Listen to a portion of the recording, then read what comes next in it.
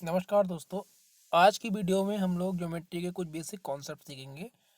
सारे ही basic concept एक ही video में आपको बताए जाएंगे, जिसकी हेल्प से आप जो है आने वाले एग्ज़ाम में अपने कॉन्सेप्ट को क्लियर कर पाएंगे। देखिए, इसमें ज्योमेट्री में बहुत सारे कॉन्सेप्ट हैं आपके।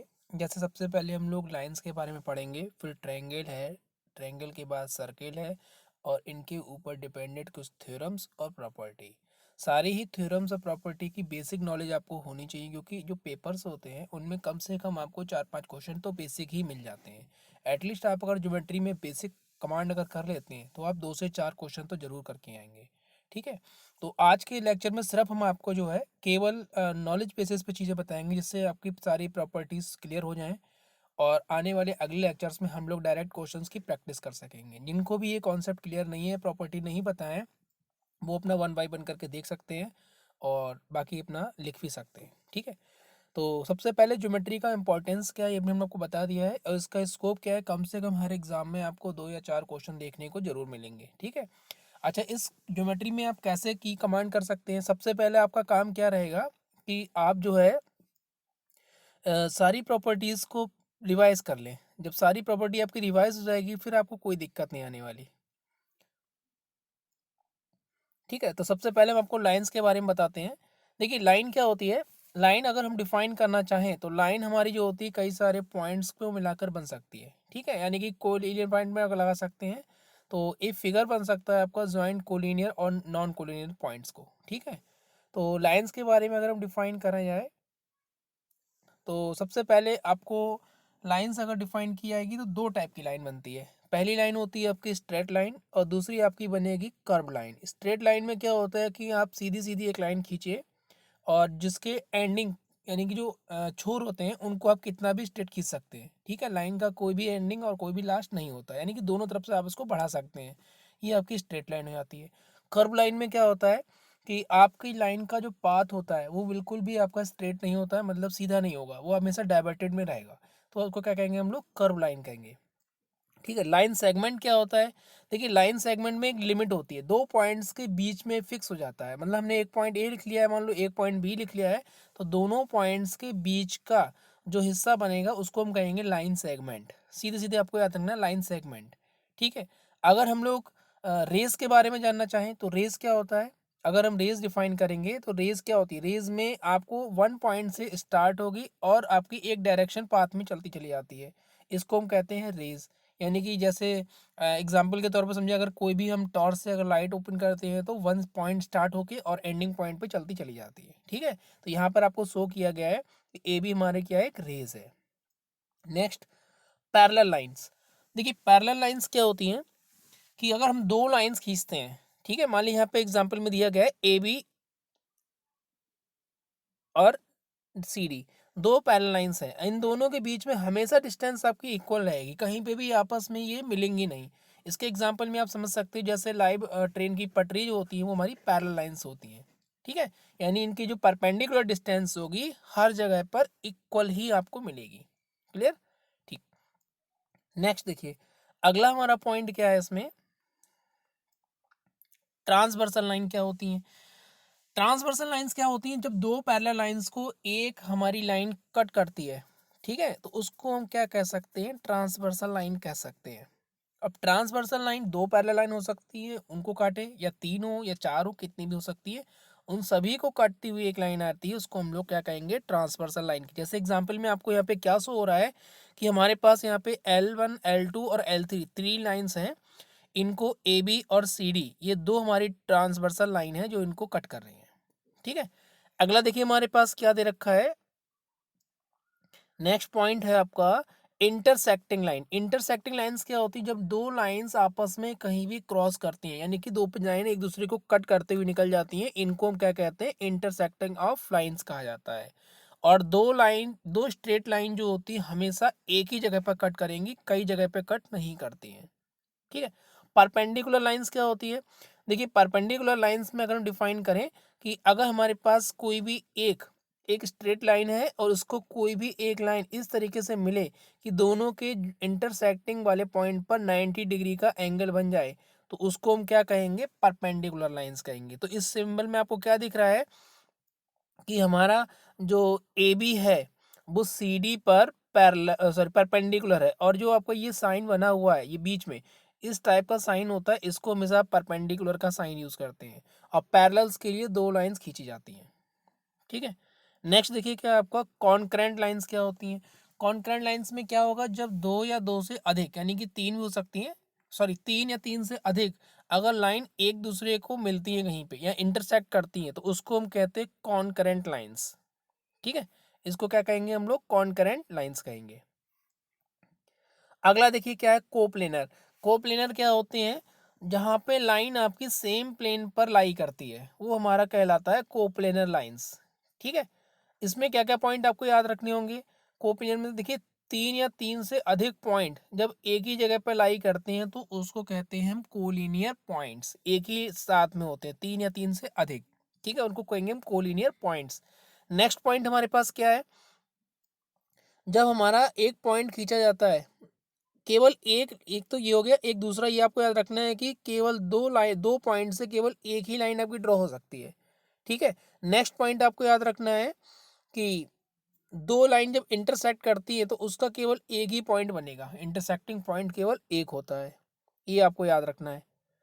ठीक है, केवल काम की चीज़ आपको इसमें बता दे रहे हैं। एंगल्स क्या होता है, देखिए एंगल आप लोगों ने छोटी क्लासों में भी पढ़ा होगा, फिर भी यहाँ पे आपको हम क्लियर कर देते हैं। एंगल क्या होता है, जब आपकी दो रेज एक ही पॉइंट से स्टार्ट होती हैं तो उनके बीच में जो आपका गैप होता है वही हमारा एंगल बनता है। यानी एक रेज आपकी ये जा रही है और एक रेज ये जा रही है, तो दोनों के बीच में जो गैप बनता चला जाता है ये हमारा एंगल कहलाएगा। ठीक है, अब इसमें एंगल्स में कई सारे टाइप आ जाते हैं।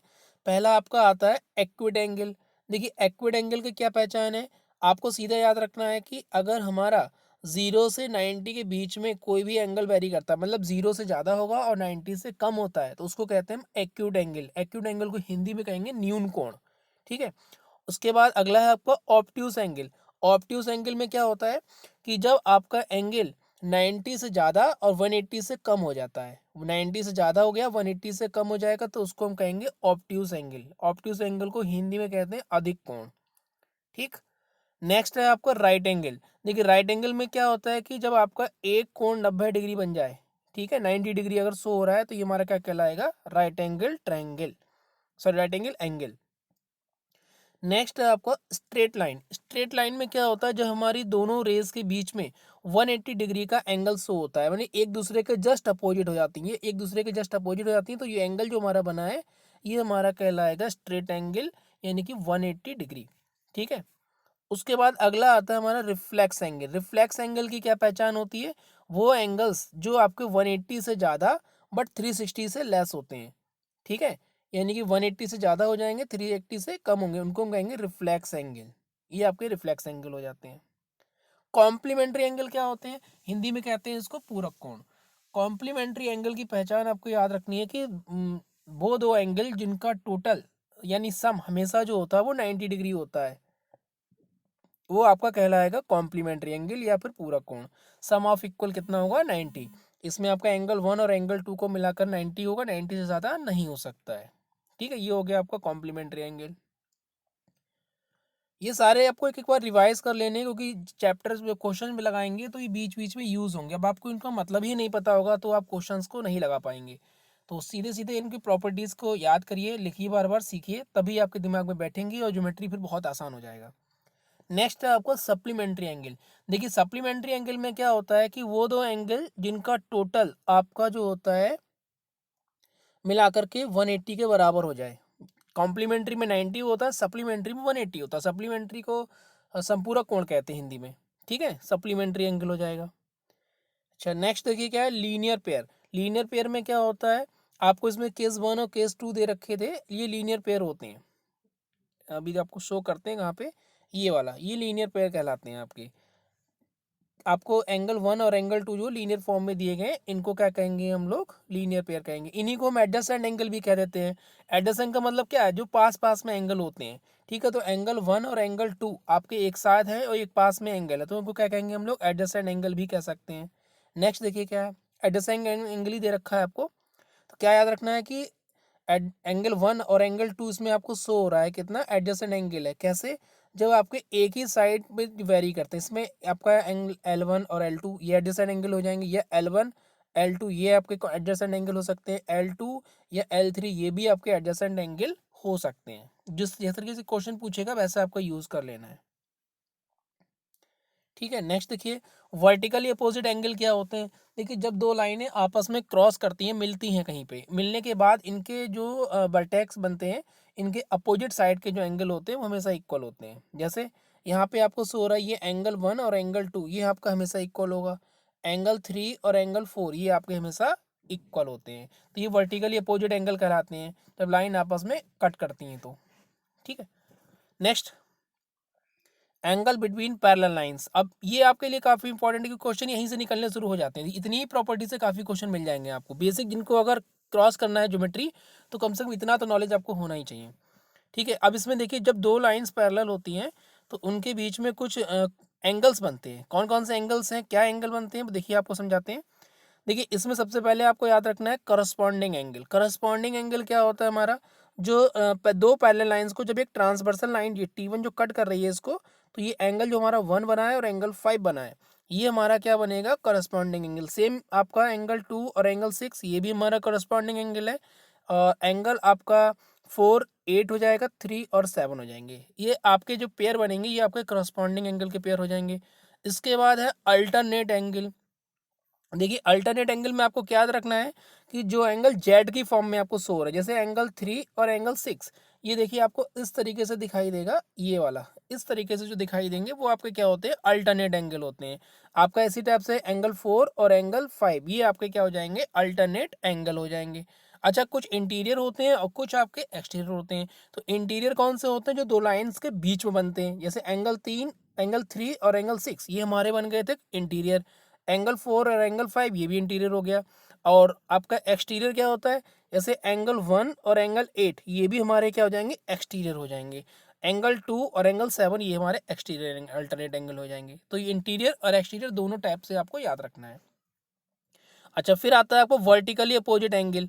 देखिए वर्टिकली अपोजिट एंगल क्या होता है, आपका एंगल जैसे 1 है, अब हमने आपको बताया कि दो लाइनें जहाँ पे मिल जाती हैं उनके जो आमने सामने के एंगल होते हैं वो हमेशा इक्वल होते हैं। जैसे यहाँ पे आपकी ये लाइन और आपकी ये लाइन आपकी मिल रही है, तो ये एंगल जो 1 बनना है और एंगल 4 बनना है ये वर्टिकली अपोजिट एंगल है। ऐसे आपका 3 और 2 ये भी वर्टिकली अपोजिट एंगल है। एंगल 5 और एंगल 8 वर्टिकल है। एंगल 7 और एंगल 6 ये भी वर्टिकल आपके एंगल हो जाएंगे। ठीक है, तो ये आपके हो गए वर्टिकली अपोजिट एंगल। उसके बाद नेक्स्ट है आपको opposite interior angle. Opposite interior angle में क्या होता है, जो आपके एंगल 3 है और एंगल 5 है, एंगल 4 है और एंगल 6 है, इनका जो सम होता है ये हमेशा 180 डिग्री होता है। ये आपकी जो चार प्रॉपर्टी है बिल्कुल रामबाण है। अगर दो पैरेलल लाइंस के बीच का क्वेश्चन बनेगा तो आप अगर ये चार बातें जानते हैं तो क्वेश्चन 101% आप सॉल्व कर देंगे। ठीक है, तो कम से कम इतना तो नॉलेज आपको रखना ही है। अगर बेसिक ज्योमेट्रिकल केवल लाइन और एंगल से क्वेश्चन आ जाता है तो आपको ये चार बातें भी अगर पता है तो भी आप क्वेश्चन आसानी से कर ले जाएंगे। ठीक है, तो वर्टिकली भी आपको हम बता दिए, चारों प्रॉपर्टी बिल्कुल अच्छे से लर्न कर लीजिए, अच्छे से याद करिए, क्वेश्चन जरूर मिलेगा, वरना इसका यूज़ तो 100% होगा ही होगा। नेक्स्ट है आपका ट्रायंगल्स। ट्रायंगल्स का क्या होता है, देखिए ट्रायंगल अगर हम लोग डिफाइन करें तो जो तीन आपकी साइड्स होती हैं इनसे जो कवर्ड होके डिजाइन बनती है इसको हम ट्रायंगल कह सकते हैं। अब ट्रायंगल दो टाइप से डिफाइन होते हैं, पहला होता है साइड बेस पर, दूसरा होता है एंगल बेस पर। तो सबसे पहले हम लोग डिफाइन करते हैं साइड बेस पर। साइड बेस पर आपका कौन सा होता है, इक्विलैटरल एंगल हो गया, आइसोस्केल ट्रायंगल हो गया और स्केलन ट्रायंगल हो गया। इक्विलैटरल ट्रायंगल क्या होता है, जिसकी तीनों साइड्स बराबर होती हैं उनको कहा जाता है इक्विलैटरल ट्रायंगल। आइसोस्केल ट्रायंगल क्या होता है, जिनकी दो साइड्स आपकी बराबर होती हैं उनको कहा जाएगा आइसोस्केल ट्रायंगल। और उसके बाद आपका नेक्स्ट है आपका स्केलन ट्रायंगल। स्केलन ट्रायंगल में क्या होता है, जब आपकी तीनों साइड अलग अलग होती हैं उनको कहा जाएगा आपका स्केलन ट्रायंगल। हिंदी में नाम क्या होते हैं, इस इक्विलैटरल को कहा जाता है समबाहु त्रिभुज, आइसोस्केल को कहा जाता है समद्विबाहु त्रिभुज और स्केलन को कहा जाता है विषमबाहु त्रिभुज, जिसकी तीनों साइड्स अलग अलग होती हैं। अब आते हैं एंगल के बेस पर क्या क्या होते हैं। देखिए एंगल के बेस पर अगर डिफाइन करें, acute angle triangle, right angle triangle और ऑब्ट्यूज एंगल ट्रायंगल। एक्विड क्या होता है, जिसके तीनों एंगल्स आपके, जिस ट्रायंगल में तीनों एंगल आपके जो होते हैं 90 से कम होते हैं, वो हमारा एक्विड कहलाता है, मतलब न्यून कोण त्रिभुज कहलाएगा। अगर हमारा एक ट्रायंगल में अगर एक एंगल 90 डिग्री का बन गया तो वो कहलाएगा राइट एंगल ट्रायंगल।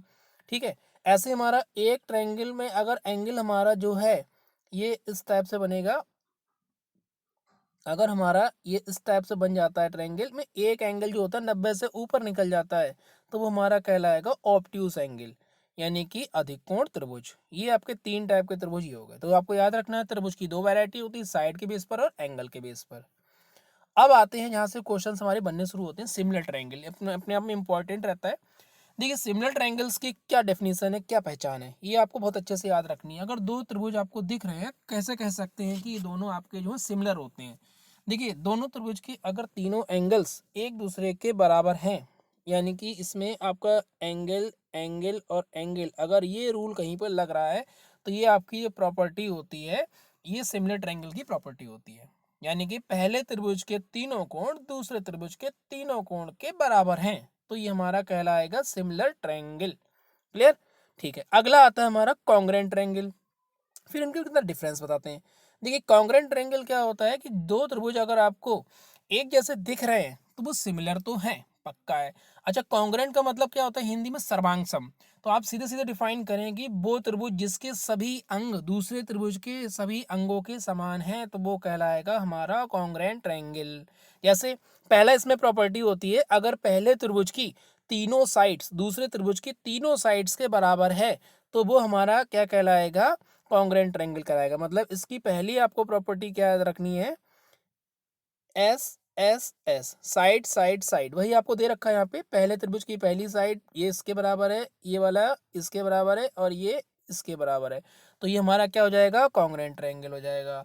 दूसरी प्रॉपर्टी क्या होती है बच्चों हमारे पास? एस ए एस, यानी कि साइड एंगल साइड, मतलब कि दो साइड और उनके बीच का एंगल, कोई भी दो साइड हो सकती है, एक ये साइड लिए एक ये लिए, ये और इनके बीच का एंगल, ये अगर ऐसा बराबर है तो भी हमारा क्या है? कॉन्ग्रुएंट ट्रायंगल की प्रॉपर्टी को सेटिस्फाई कर रहा है।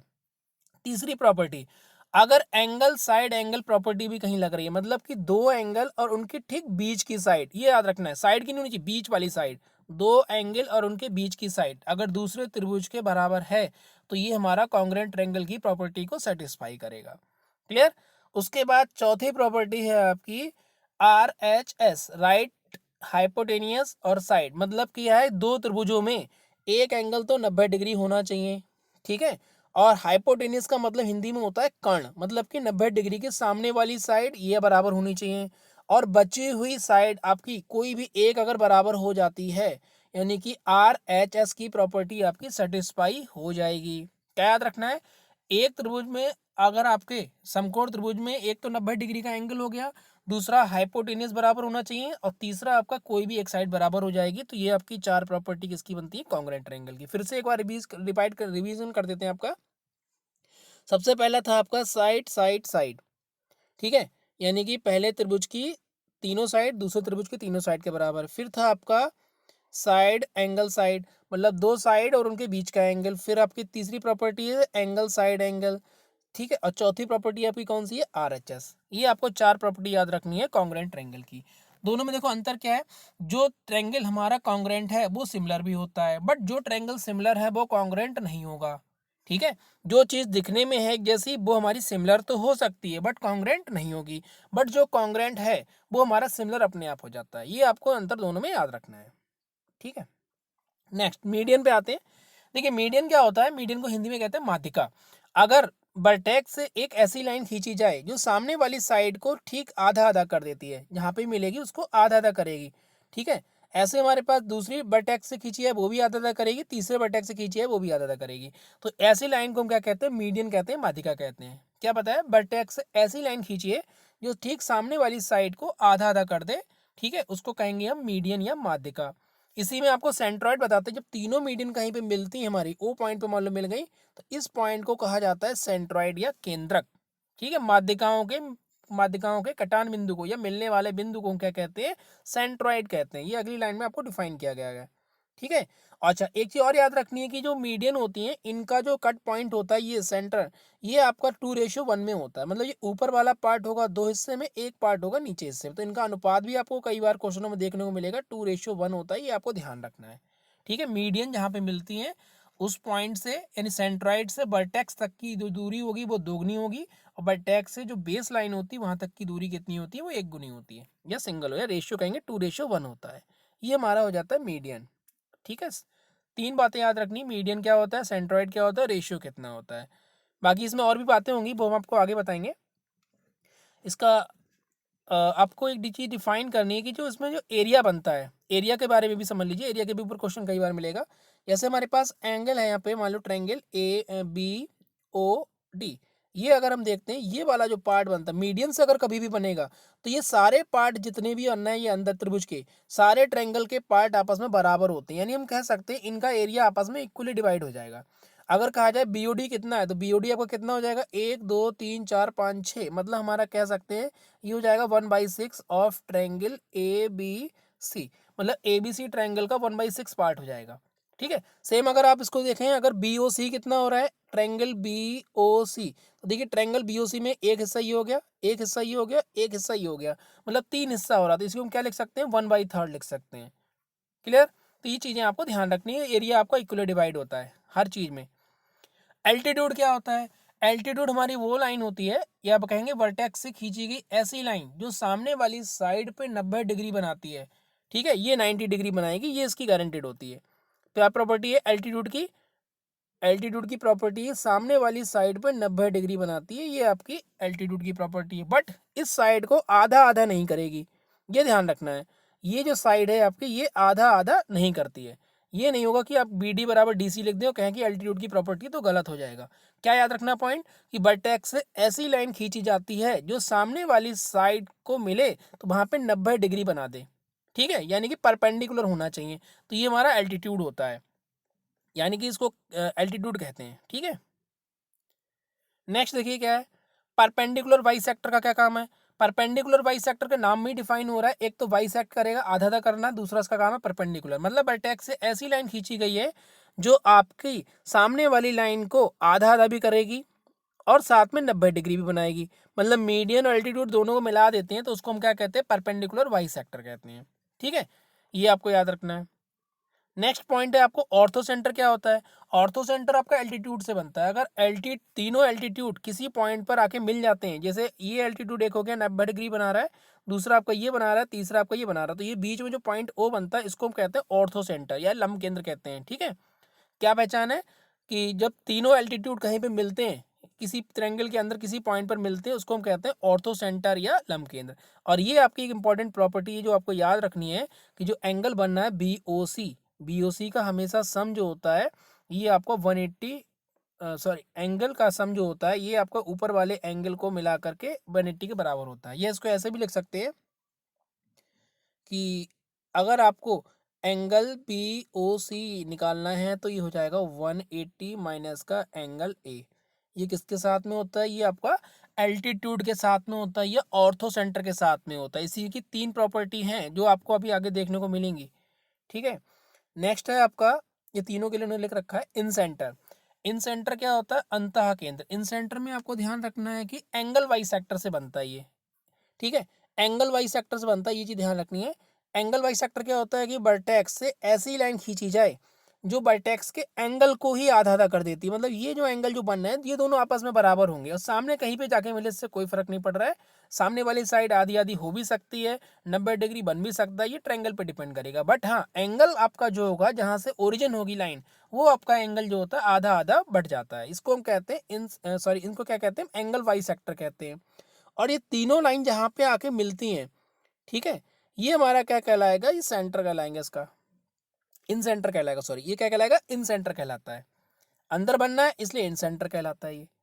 क्लियर, चलिए अगला देखिए, सरकम सेंटर का क्या काम है। सरकम सेंटर जो हमारा होता है ये परपेंडिकुलर वाई सेक्टर से मिलकर बनता है, परपेंडिकुलर वाई सेक्टर से। ठीक है, परपेंडिकुलर वाई सेक्टर अगर आप खींचते हैं, एक ये हो गया, एक ये हो गया और एक ये हो गया। ठीक है, ये जो पॉइंट यहाँ पे मिलता है इसको अगर खींच देंगे तो ये हमारा क्या बन जाएगा, सरकम सेंटर पॉइंट। ये हो जाएगा सरकम सेंटर पॉइंट।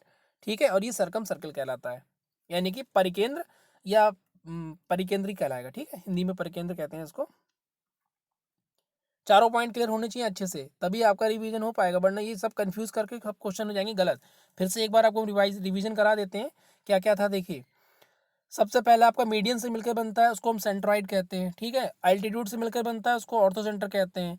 जो आपका एंगल बाइसेक्टर से मिलकर बनता है, उसको इन सेंटर कहते हैं। जो परपेंडिकुलर बाइसेक्टर से मिलकर बनता है, उसको हम सर्कम सेंटर कहते हैं। ये चारों पॉइंट्स आपको बहुत अच्छे से क्लियर होने चाहिए।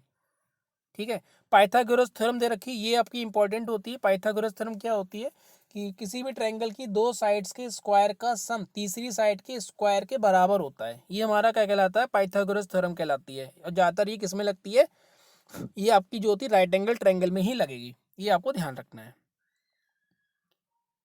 ठीक है, ये आपको याद रखना है। दूसरा, अगर ऑब्ट्यूस एंगल अगर आपको निकालना है तो एक ये प्रॉपर्टी भी आपको याद रखनी पड़ेगी, ये वाली। ये क्या होती है, ऑब्ट्यूस एंगल में, ऑब्ट्यूस मतलब होता है अधिक कोण। ठीक है, यानी कि एक कोण की वैल्यू कितनी होती है, 90 से ज़्यादा। यहाँ पे बी एंगल जो आपका ऑब्ट्यूस एंगल है, तो यहाँ से हमने क्या किया, एक परपेंडिकुलर खींच दिया डी पे, लाइन को आगे तक डी तक बढ़ा देते हैं, ये हमारा 90 डिग्री पे आके मिल जाता है। तो कौन कौन सी लाइन ले रहे हैं, ए सी स्क्वायर बराबर क्या हो जाता है, ए बी स्क्वायर, ठीक है, plus B C square plus 2BC, मतलब ये वाला पार्ट, और AD मतलब जो परपेंडिकुलर है। ये आपको थ्योरम याद रखनी है ऑब्ट्यूस एंगल के रेस्पेक्ट में। सेम आपका इंटरनल के लिए हो जाएगा, ये आपको माइनस लगा देना है। ठीक है, ये इतनी इंपॉर्टेंट नहीं रहती इस पर क्वेश्चन, हाँ लेकिन आ जाते हैं कभी कभी। अच्छा देखिए, आपको हमने बताया था प्रॉपर्टी और भी एक, तो ये प्रॉपर्टी आपकी इंपॉर्टेंट है, बहुत याद रखना है इसको।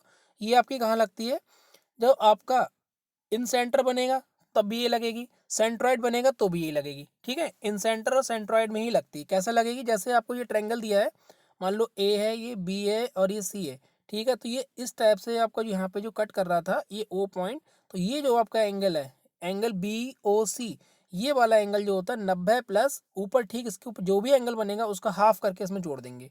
तो ये आपका सेंट्रॉइड में भी लगता है और इन सेंटर में लगता है, दोनों के लिए सेम होता है ये आपका, क्लियर। और आपका जो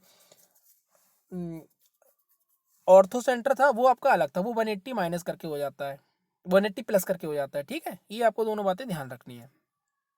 अच्छा, यही चीज़ अगर हमारी एक्सटीरियर फॉर्म में चली जाती है, मतलब ट्रायंगल तो हमारा बन गया है, ठीक है, अगर हमारा ट्रायंगल बनना है बट ये थोड़ा सा एक्सटीरियर करते जाता है, और इसके ये वाले पॉइंट अगर यहाँ पे मिलके बनते, ये इस टाइप से, ये एंगल जो यहाँ पे बनेगा, ये जो एंगल होता है ये आपका ये बन जाएगा, एंगल BOC होता है। ये अगर बाहर जाएगा तो माइनस कर देना, अगर ये अंदर बनेगा तो ये प्लस कर देंगे। सिंपल से दोनों याद करना, अगर ये अंदर की तरफ था तो प्लस लग रहा था, बाहर की तरफ बनेगा तो ये माइनस हो जाता है। ठीक है, तो ये हमारा क्या बनता है, आपका वाई सेक्टर पे बनता है। लेकिन ध्यान रखना, ये एंगल जो होंगे वाई सेक्टर होंगे, चाहे इंटीरियर हो चाहे एक्सटीरियर हो, इंटीरियर में प्लस और एक्सटीरियर में माइनस।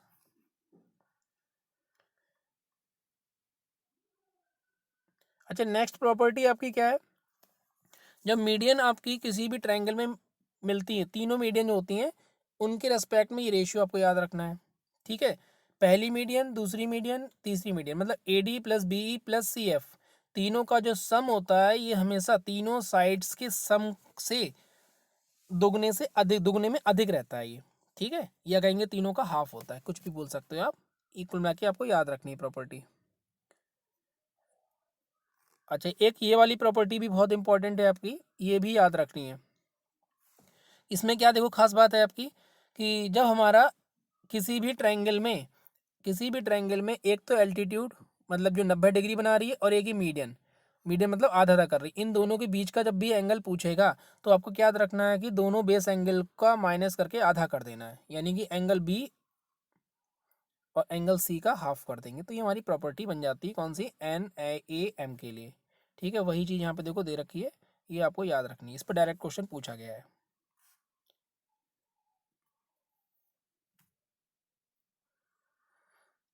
ये आपकी है bisector of exterior angle दे रखा है। इसमें क्या होता है देखिए, आप याद रख सकते हो, याद रखना चाहो तो, क्योंकि बहुत सारी प्रॉपर्टी हो जाती हैं धीरे धीरे करके। इसमें आपका एंगल ABC जो दे रखा है, ये वाला जो एंगल है, ठीक है, ABC प्लस एंगल ACD, ये वाले जो एंगल होते हैं ये आपके दोगुने के बराबर होते हैं, किसके, एंगल ALC, ये जो एंगल बनना है इसके, ये वाला एंगल, ये वाला एंगल, ये जो रखा है इसके सम के दोगुने के बराबर होता है, ये आपको याद रखना है। अच्छा, ये बहुत इंपॉर्टेंट प्रॉपर्टी आपकी फिर से आ गई।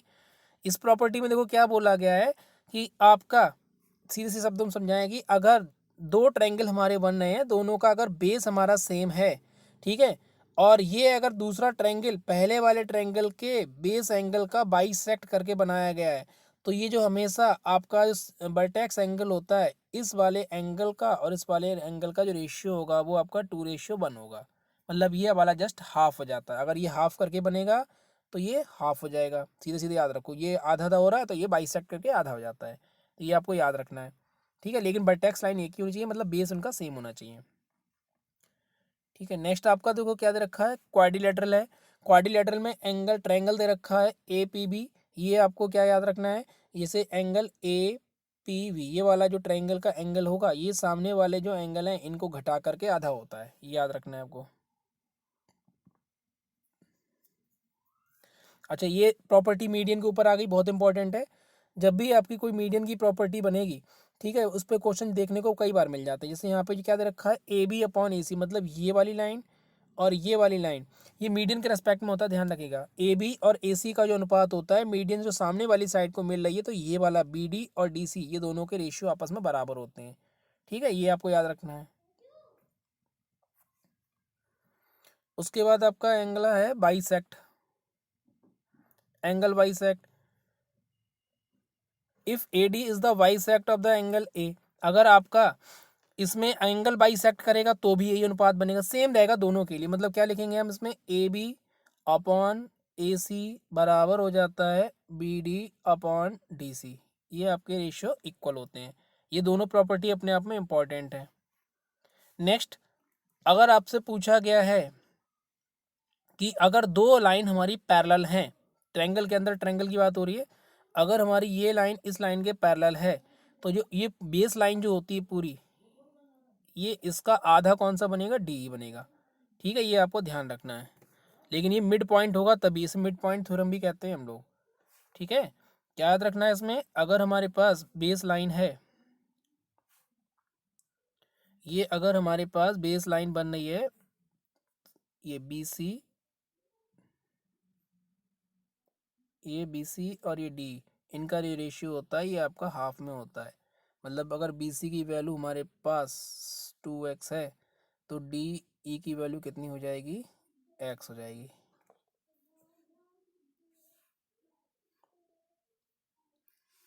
अच्छा, अगला देखो क्या याद रखना है, अगली एक ये थ्योरम भी आपको याद रखनी होगी कि जो मीडियन होती हैं, अगर हमारा कोई भी इक्विलैटरल ट्रायंगल है, ठीक है, इक्विलैटरल ट्रायंगल में तीनों साइड बराबर होंगी तो तीनों मीडियन भी आपस में बराबर होती है, ये आपको याद रखना है, ठीक है। अगर तीनों साइड्स का स्क्वायर का सम करेंगे, ठीक है, तो ये मीडियन के स्क्वायर का सम का रेशियो जो होता है ये 3 और 4 के बीच में बढ़ जाता है। तो आप कुल मिला के याद रखो, जब तीनों मीडियन बराबर है तो कोई भी एक मीडियन हम लिख लेते हैं। मान लो हमने मीडियन लिख ली यहाँ पे ए डी, ठीक है, इसका स्क्वायर करेंगे, एक कोई भी साइड लिख लो, मान लो हमने लिख ली ए बी, इसका स्क्वायर करेंगे, दोनों को आपस में बराबर करेंगे। अब इसके बीच में अनुपात कितना होता है, तो इसको लिखेंगे 3:4 होता है, 3/4 होता है, या कहें मीडियन का 4 गुना, मीडियन के स्क्वायर का 4 गुना, भुजाओं के स्क्वायर के 3 गुने के रेशियो आपस में इक्वल होते हैं, ये आपको याद रखना है, अपने आप में बहुत ही इंपॉर्टेंट प्रॉपर्टी है।